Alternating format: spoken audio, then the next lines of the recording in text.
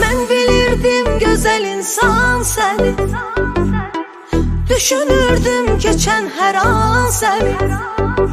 De insafsızlıq etdiyin üçün necə boğmur axı vicdan səni. Niyə dərdə salmısan yar məni, niyə etdin denən inkar məni.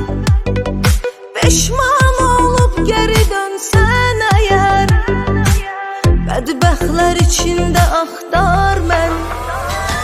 Sən gedəndən özümə gəlmədim mən hələ də, nifrət etdim özümə, nifrət etdim sənə də. Dərdimin üstünə dərd qoymusan bir dənə də, ay zalım.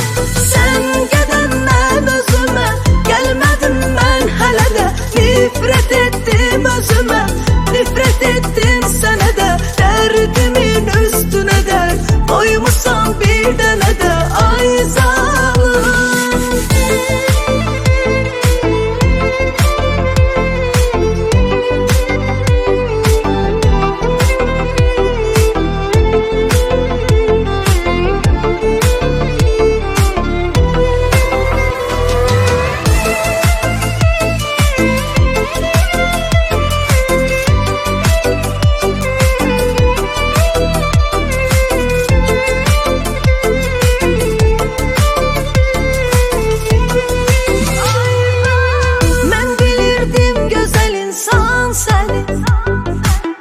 Düşünürdüm keçən hər an səni.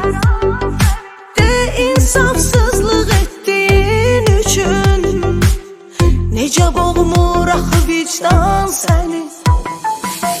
Niyə dərdə salmısan yar məni, niyə etdin denən inkar məni. Peşman olub geri dönsən əgər, bədbəxtlər içində axtar məni.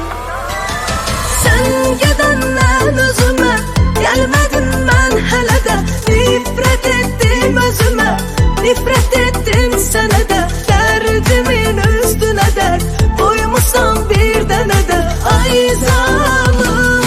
Sən gedəndən özümə gəlmədim mən hələ də, nifrət etdim özümə, nifrət etdim sənə də. Dərdimin üstünə dərd qoymusan